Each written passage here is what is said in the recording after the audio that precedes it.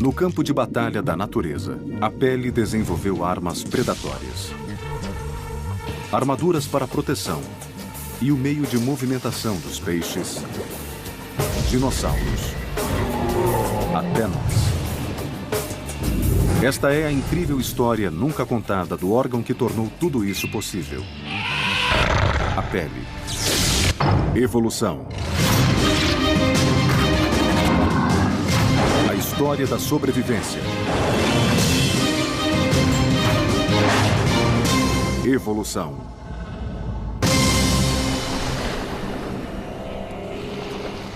O tubarão é conhecido como o assassino dos mares. Suas mandíbulas e dentes são lendários. Mas o tubarão não pode morder sem sua incrível velocidade na água. Até mesmo sua pele é mortal. Se olhar as estruturas dos dentes e das escamas, elas são quase idênticas. Chamamos de dentículos dérmicos ou dentes da pele, que formam toda a camada externa da pele do tubarão. A pele do tubarão é cortante, desenvolvida em forma de diamante tão hidrodinâmica que é a base para o desenho de uniformes de banho para competições. É tão afiada que se um predador tentar atacar um tubarão por trás, sairá muito machucado. Poucas criaturas podem lutar com um tubarão, mas outras podem se esconder. Para evitar predadores cruéis como os tubarões, o polvo muda sua forma, cor e textura em um instante para parecer como uma rocha ou alga.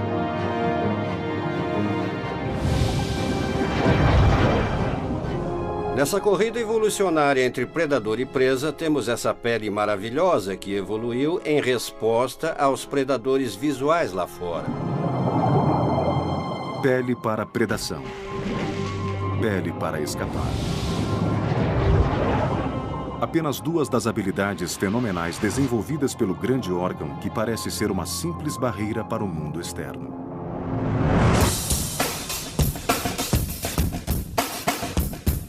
Nós não pensamos na pele como um órgão, mas é. Diferente do nosso coração ou do fígado, a pele é um órgão que se estende por todo o exterior do corpo. Nós vemos que a pele tem funções muito importantes nos animais, do reconhecimento da espécie, comportamento copular, até a proteção contra predadores e o meio ambiente. A pele evoluiu em inúmeras formas através do espectro animal, tornando-se unhas, pelo, cascos e chifres. A pele evoluiu para suprir necessidades diferentes em espécies diferentes. É um caminho evolucionário incrível, onde células rudimentares na pele evoluíram dentro deste caminho para criar em alguns animais o pelo, em outros penas e em outros escamas. Mas nos primeiros 200 milhões de anos de evolução animal, a história da pele ficou confinada aos mares. Os cientistas acreditam que a primeira estrutura dérmica a surgir pertencia a alguns dos primeiros animais a existirem na Terra. Acredita-se que as águas-vivas tenham aparecido há mais ou menos 700 milhões de anos. Peter Anderson estuda águas-vivas para descobrir pistas de como a pele começou a evoluir. A água-viva foi uma das primeiras criaturas a ser capaz de se mover livremente na água, envolta por uma única camada de células que trabalham juntas para proteção e resposta ao mundo externo. Foi também uma das primeiras criaturas a usar uma camada protetora como arma de ataque. Os tentáculos percebem a presa e chicoteiam no mesmo instante. Os tentáculos dão ao animal a habilidade de capturar comida e de se defender. Isso que permitiu que sobrevivessem com tanto sucesso. Mas a água-viva não tem pele de verdade. O que conhecemos como pele começou com um peixe vertebrado. Os peixes desenvolveram uma cobertura de duas camadas há mais de 500 milhões de anos.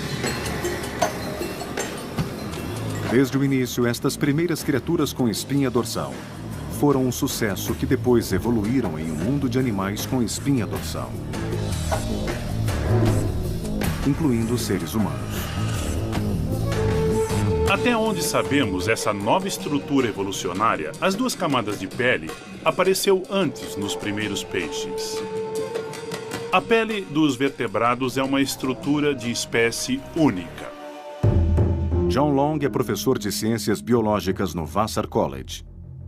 A pele do peixe é composta de dois tecidos bem distintos, a epiderme e a derme. A grossa epiderme na superfície, como no exterior da água-viva, forma uma barreira para o mundo exterior. Mas a derme macia que fica embaixo faz toda a diferença. Este incrível e fértil sistema de células poderia ser a raiz de muitos tipos diferentes de estruturas epiteliais. A primeira delas eram as escamas dos peixes. As escamas surgiram durante um período de predação violenta nos mares, o Cambriano. Predadores como o Anuma locaris e o gigante Dunkelosteus dilaceravam presas indefesas. Mesmo fugindo, os peixes menores lutavam com seus iguais. Alguns peixes precisavam de armadura apenas para ter alguma chance de sobrevivência. O interessante sobre os peixes é que as escamas, na verdade, são feitas de alguns dos mesmos materiais que os ossos e as estruturas em nossos dentes são feitos. O resultado é que os peixes têm uma camada forte e robusta, essencialmente de ossos. Essa escama vem da camada profunda da pele, da derme. As escamas crescem bem unidas, sobrepostas como telhas em um telhado. Quando cada uma é puxada, veja o tamanho dela. Há uma enorme sobreposição aqui. Mas nem todas as escamas são parecidas. As escamas nos peixes são bem variáveis. Alguns peixes, como o peixe-gato, não têm nenhuma escama. Já outros peixes parecem estar usando uma armadura.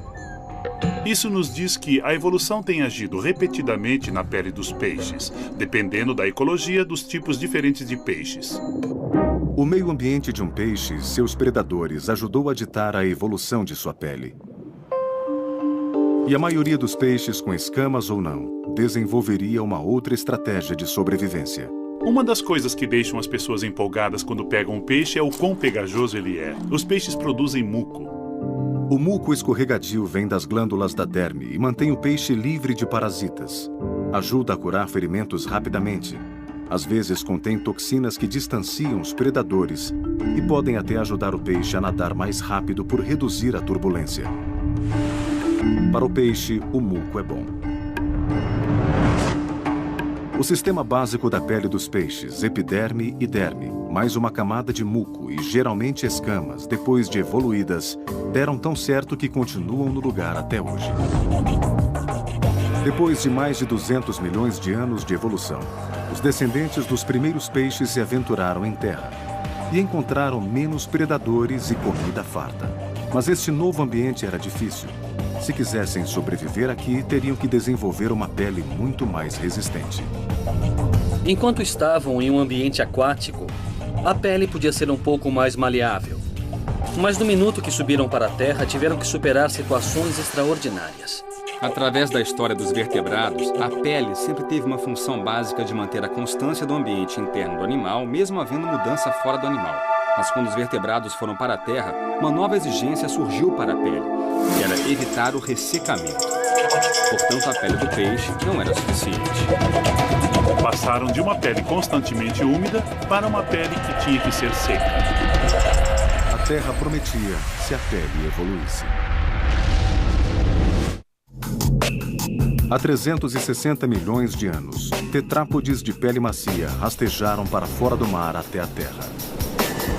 Essas criaturas de 4 membros evoluíram de peixes sem escamas. Eles seriam os ancestrais comuns de todos os répteis, anfíbios, pássaros e mamíferos. Sua transição para a vida em terra não teria sido possível sem a evolução de novas adaptações em suas peles. Temos que lembrar primeiro que eles vieram de um ambiente aquático. A terra é áspera e seca, e os primeiros desses animais de 4 membros tinham pele fina e altamente permeável. Eles não sobreviveriam por muito tempo enquanto cruzavam a terra firme.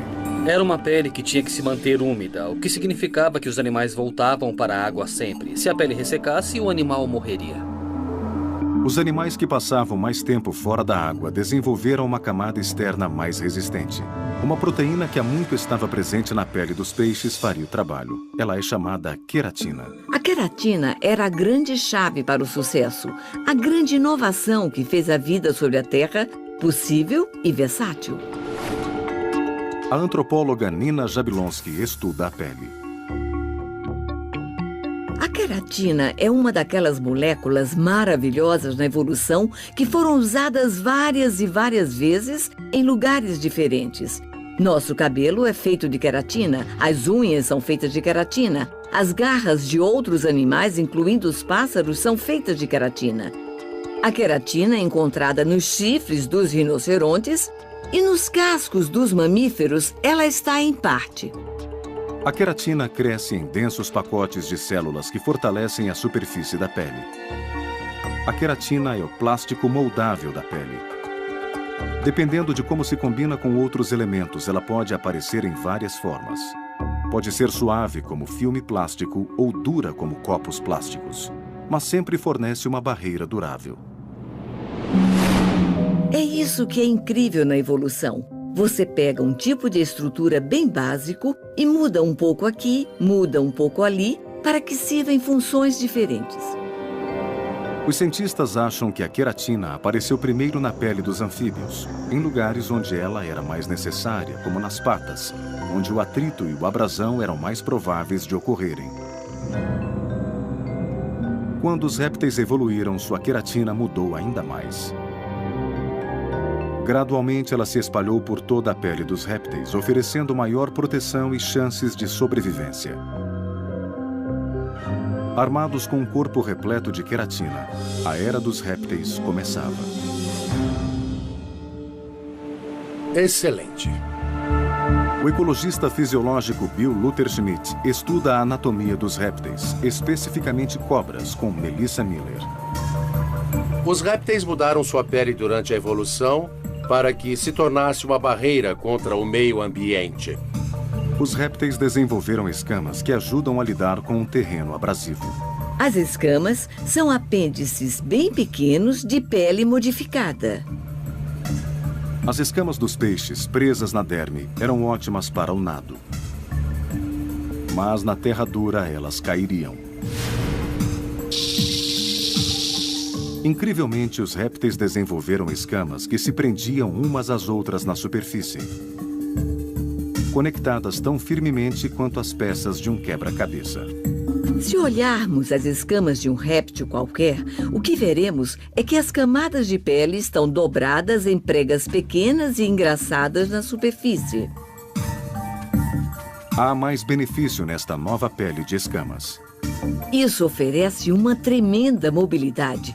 Então, um animal com escamas pode ser extremamente ágil e também ter uma pele resistente à abrasão. Uma cobra móvel é uma cobra mortal que também consegue fugir de seus inimigos. Mas os répteis encaram um outro inimigo em terra: o sol escaldante.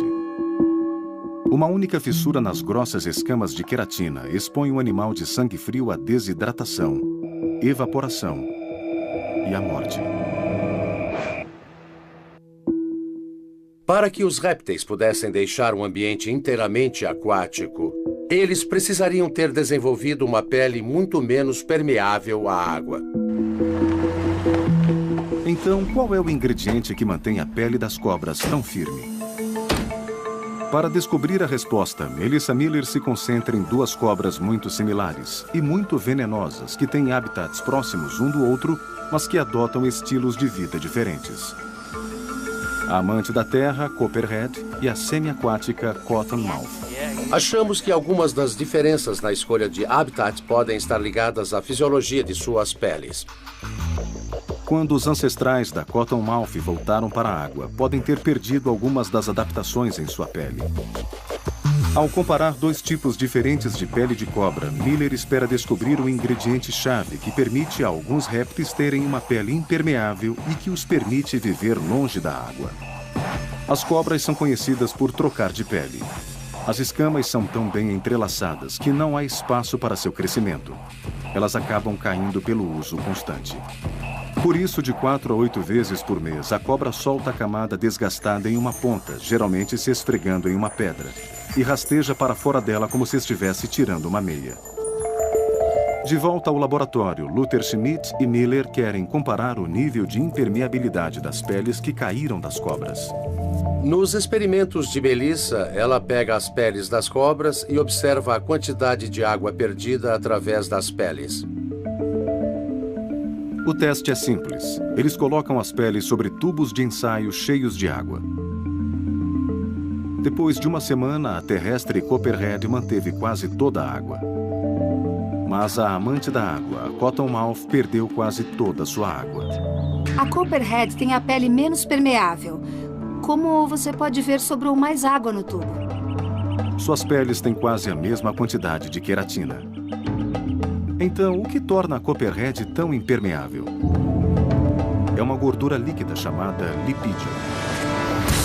Estes lipídios são extremamente importantes porque fornecem um tipo de resistência natural à água, uma repelência à água.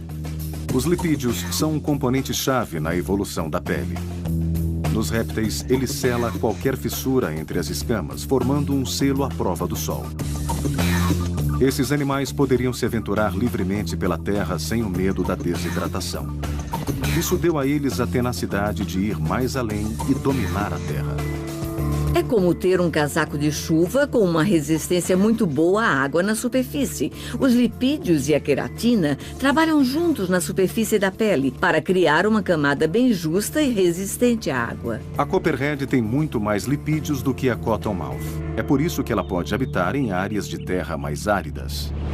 Os lípidos tiveram um grande papel na quantidade de comportamento terrestre que vemos em muitos répteis.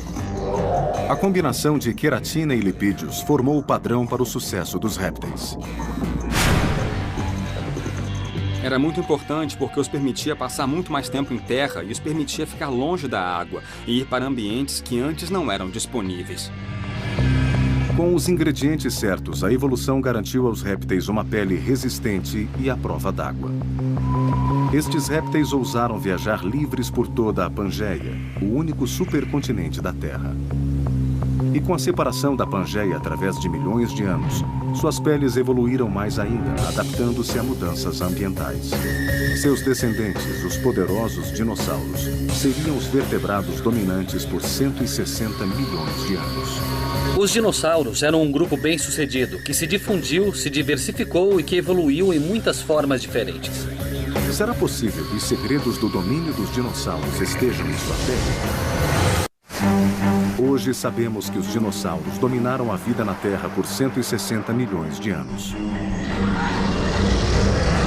Sua pele, a barreira entre estes grandes animais terrestres e o meio ambiente, tinha um papel muito importante no sucesso deles. Mas é difícil estudá-la. Estamos acostumados a encontrar ossos de dinossauros. Tecidos moles são muito mais raros e o que nos sobra é efetivamente um eco. Geralmente é isso que nos resta para estudar sobre os dinossauros. Devido à pouca duração dos tecidos moles, os cientistas geralmente têm que contar com a informação que podem extrair dos ossos para saber sobre a pele. E os ossos têm histórias para contar. Neles moram as evidências que na era dos dinossauros, o que era necessário para a sobrevivência era uma armadura para a defesa. Armas para predação e proteção suficiente para sobreviver a viagens de longa distância. Vemos enormes variações de uma espécie de dinossauro para outra. É na pele que estas grandes adaptações para sobrevivências ocorrem. O estegossauro era um dinossauro herbívoro, sabemos disso devido aos dentes pequenos que ele tinha. O paleontólogo Ken Carpenter escavou o mais completo esqueleto de estegossauro já encontrado em 1992. Estas placas no estegossauro eram estruturas grandes e triangulares e eram cobertas com pele. Estas placas duras e resistentes eram armaduras de defesa que evoluíram como dissuadores para os predadores carnívoros. Nós achamos que o alossauro pode ter sido o maior predador do estegossauro. Sabemos disso porque achamos evidências das marcas de dente nos ossos do estegossauro. Também temos evidências de que o estegossauro se defendia do alossauro porque temos ossos de alossauros perfurados pelos espigões ósseos do estegossauro. A cauda com protuberâncias ósseas do estegossauro foi a primeira prova de um provérbio moderno. A melhor defesa é o ataque. Estas estruturas rígidas encontradas no exterior dos dinossauros herbívoros são pedaços duros de pele feitos da densa proteína queratina. Assim como nos répteis, a queratina em sua pele ajudaria a assegurar sua sobrevivência. Com o tempo, esta pele dura foi reforçada por ossos que cresceram dentro da pele. Uma inovação da natureza chamada ossificação. Este espigão foi formado dentro da pele e é coberto por um material parecido com uma unha. A ossificação ainda pode ser vista hoje na pele dura dos jacarés e crocodilos, alguns dos parentes vivos mais próximos dos dinossauros. Por exemplo, um crocodilo velho tem placas ósseas com bem mais de 1 centímetro de espessura, cobrindo a maior parte de seu corpo com queratina protetora. Eles são animais muito bem protegidos. Mas a evolução da pele nem sempre foi sobre rigidez. Algo mais suave evoluiu na pele de alguns dinossauros. Penas. As penas têm uma única base da qual despontam filamentos de queratina. Este é o Sinosauropteryx, que mostra uma pelagem de penas simples.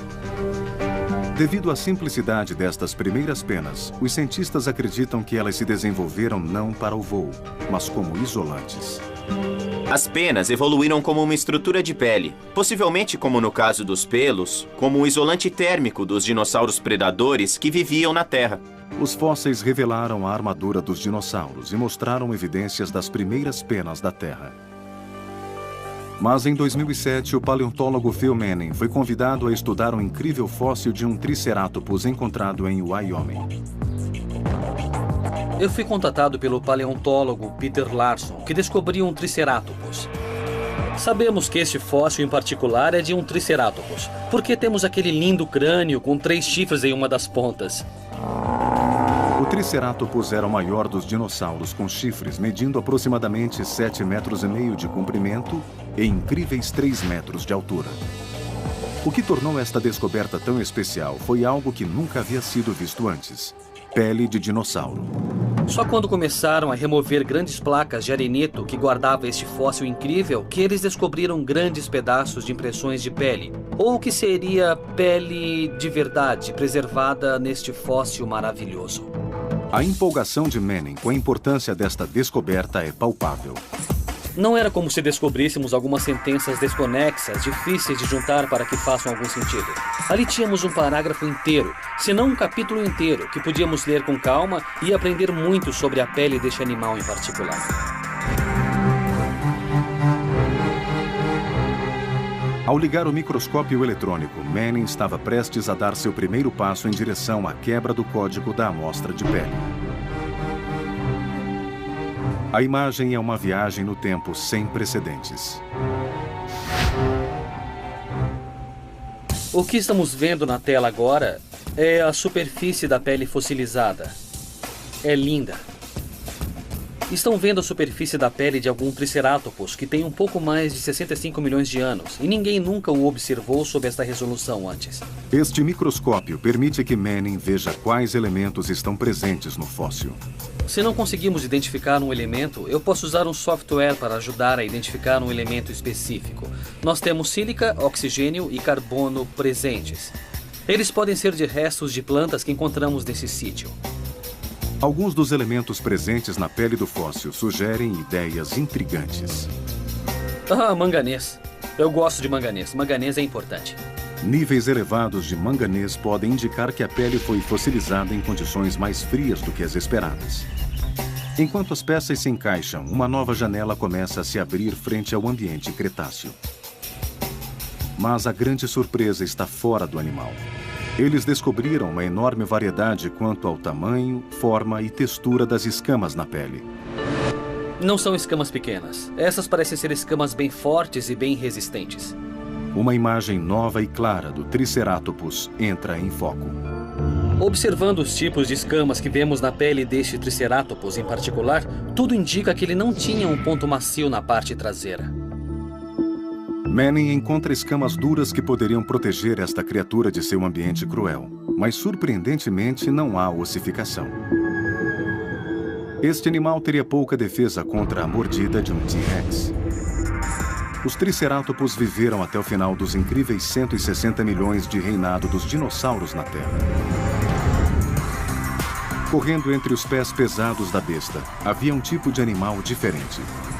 Mamíferos com sangue quente, cuja pele adaptável mudaria para formas que os permitiria crescer e dominar o mundo como os dinossauros fizeram antes deles.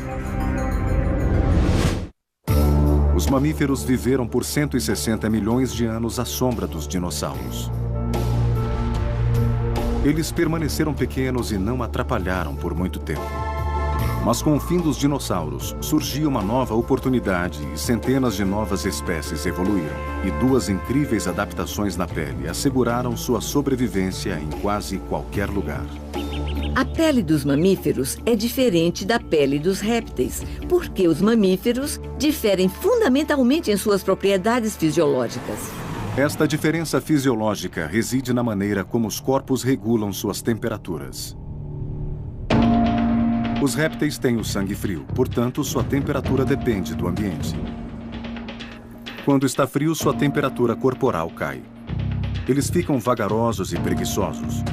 Quando está quente, a temperatura corporal sobe e ficam mais ativos. Os mamíferos, por outro lado, têm o sangue quente. Eles mantêm sua temperatura corporal constante. Isso dá a eles uma vantagem em um clima com mudanças sazonais e extremos de calor e frio. Mas também apresentam um desafio. Porque no frio, mamíferos de sangue quente, como nós, podem congelar até a morte. Como aconteceu com os répteis antes, a pele dos mamíferos respondeu de acordo. A pele dos mamíferos evoluiu no decorrer de vários milhões de anos para ter certas propriedades, incluindo o crescimento de um elemento maravilhoso chamado pelo, que protege a superfície dos mamíferos e provê um grande isolamento térmico. O pelo também protege contra atritos e abrasões, provendo grande proteção contra o desgaste rotineiro. Enquanto o animal está correndo, rolando na grama ou no solo, ele está completamente protegido. Os ancestrais dos mamíferos, répteis chamados sinápsidas, provavelmente já haviam desenvolvido o pelo. Acredita-se que o pelo começou como uma mutação da pele, crescendo em pequenos espaços entre as escamas das criaturas como grama entre tijolos no chão. A observação de perto de um fio de cabelo humano contemporâneo revela que enquanto o cabelo parece ser liso, na verdade tem escamas, como as escamas dos répteis. É por isso que nossos cabelos podem se enrolar e embaraçar. E é por isso que ele fica mais liso quando escovado no sentido das escamas. O pelo é formado na camada mais profunda da pele e se regenera facilmente.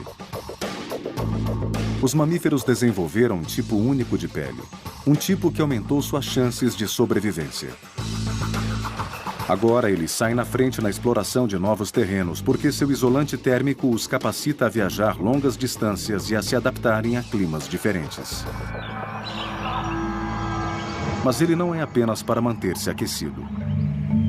Em alguns climas é para manter-se frio. A pele grossa do elefante e seu corpo em forma de barril retém muito calor. No curso da evolução, os ancestrais dos elefantes que viviam em ambientes tropicais realmente tinham que enfrentar o desafio de manterem-se frios. A pele dos elefantes evoluiu para promover um processo que funciona como o sistema de resfriamento do motor em um carro para acabar com o calor. As orelhas dos elefantes, como radiadores vivos, foram criadas com cartilagem fina e elástica repletas de vasos sanguíneos. Assim como o ar quente chega do motor, o sangue quente circula vindo do corpo do elefante e indo para as orelhas, onde é resfriado por estar mais perto do ar livre. O bater de orelhas gera uma brisa e aumenta o efeito de resfriamento, como a ventoinha de um radiador. E o sangue do elefante, resfriado em 10 graus, não superaquece sob o sol escaldante. Banhos frequentes de água e lama também ajudam. Com o sistema de aquecimento e resfriamento funcionando, os mamíferos foram capazes de se espalhar pelos 7 continentes. Mas este não é o único segredo do sucesso dos mamíferos. A pele das fêmeas passa por outra transformação impressionante. Sem a pele, nunca teríamos glândulas mamárias. As fêmeas mamíferas desenvolvem a habilidade de amamentar, passar nutrientes para seus filhos através da pele. E aí, menino? A bióloga Catherine Hind estuda a lactação e seu papel na sobrevivência e o comportamento em uma população controlada de macacos rezos na ilha de Caio Santiago, em Porto Rico. Os macacos rezos, como os de Caio Santiago, amamentam dos 6 meses até cerca de 1 ano. O leite da mãe, que chega através da glândula mamária, aumenta as chances de sobrevivência de um bebê, pois fornece nutrientes e anticorpos que o protegem contra doenças. As raízes evolucionárias do aleitamento datam de 300 milhões de anos atrás. No tempo em que as estranhas criaturas reptílicas, chamadas sinápsidas, os ancestrais dos mamíferos e nossos, botavam ovos em vez de gestar seus filhos. Os sinápsidas, há 310 milhões de anos, desenvolveram um mecanismo que expelia fluidos através das glândulas sudoríparas que mantinha os ovos úmidos. No milênio seguinte, o fluido que simplesmente gotejava da pele, como o suor, foi ficando cada vez mais rico em nutrientes. Hoje há apenas 3 espécies de mamíferos ovíparos, chamados monotremados. O mais conhecido é o ornitorrinco, que, como os sinápsidas, amamenta através dos poros da pele. A pele transformou o suor em alimento. O fato de que glândulas sudoríparas modificadas transformaram-se em glândulas produtoras de leite que alimentam os mamíferos é um exemplo soberbo de evolução. Em outra linhagem de mamíferos, o leite ficou mais rico, o sistema de amamentação mais elaborado, até que a familiar e bem-sucedida combinação de leite enriquecido, seios e mamilos estivesse em quase todas as fêmeas mamíferas.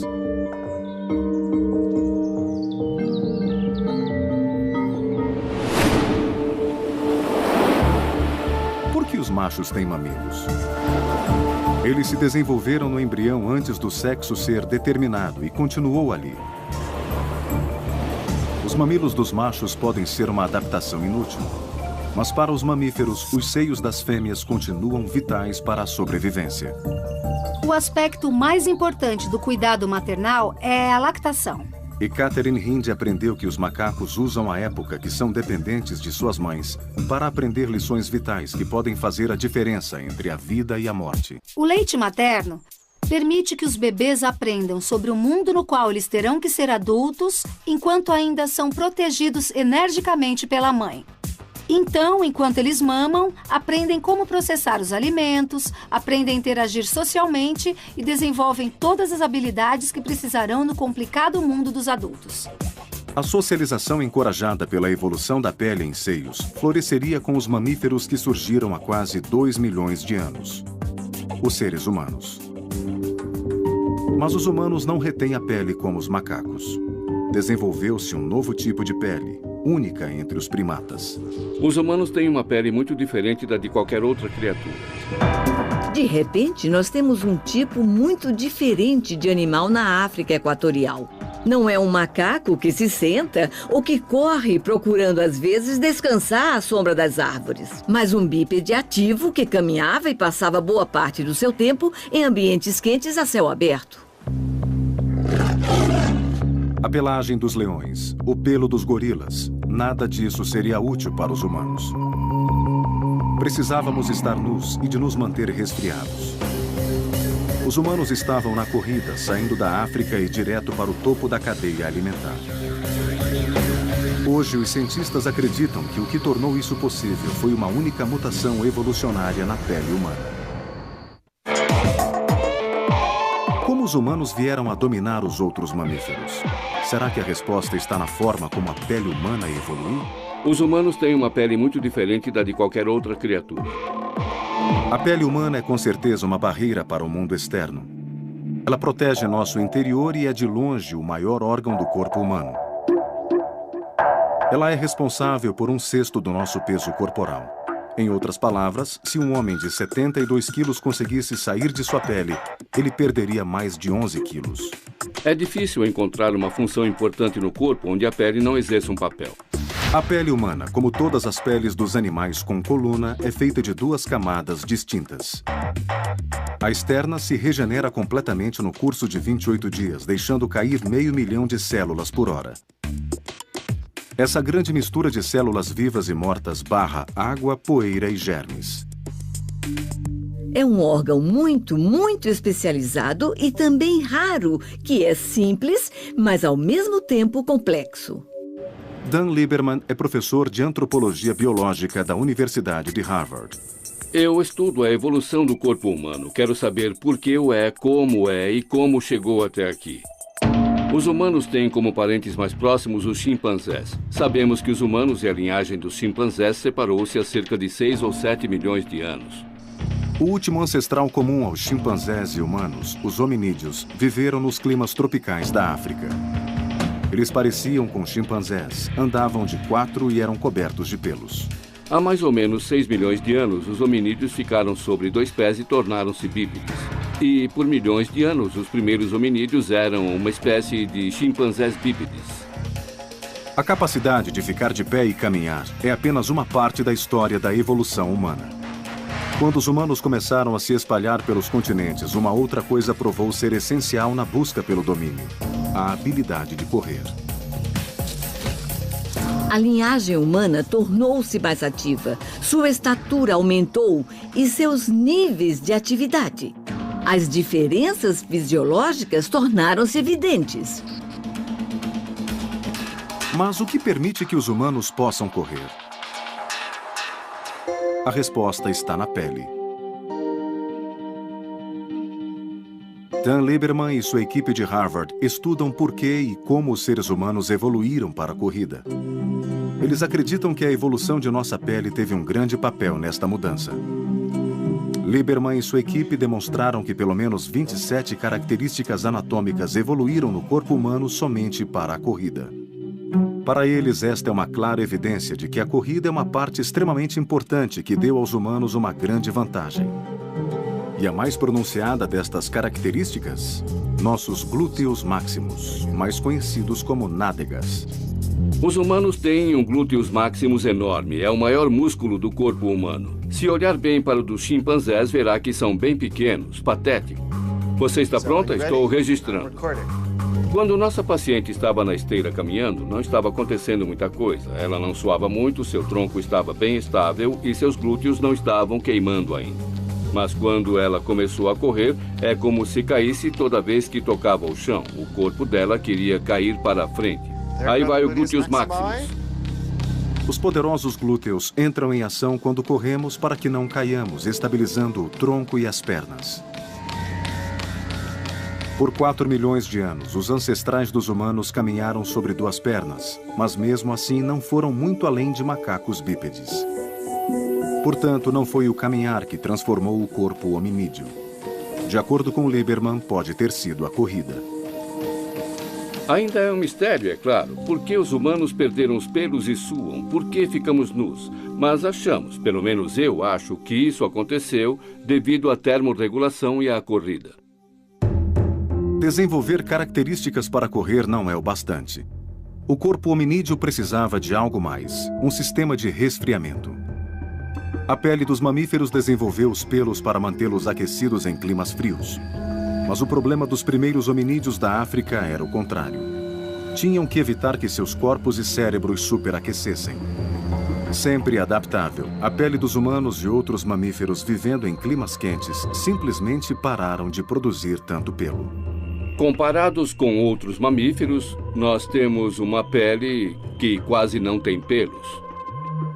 A pele humana evoluiu para produzir seu próprio banho refrescante na forma de suor. O suor era essencial no progresso da evolução humana, porque nos ajudou a manter os cérebros frios. O cérebro primata, se for aquecido a alguns graus Celsius acima do normal, não funcionará corretamente. Então, como manter um cérebro primata resfriado? Basicamente com o suor. Os mamíferos há muito tempo têm glândulas sudoríparas chamadas glândulas apócrinas, que produzem um líquido oleico. É o que faz o cavalo e o porco suarem.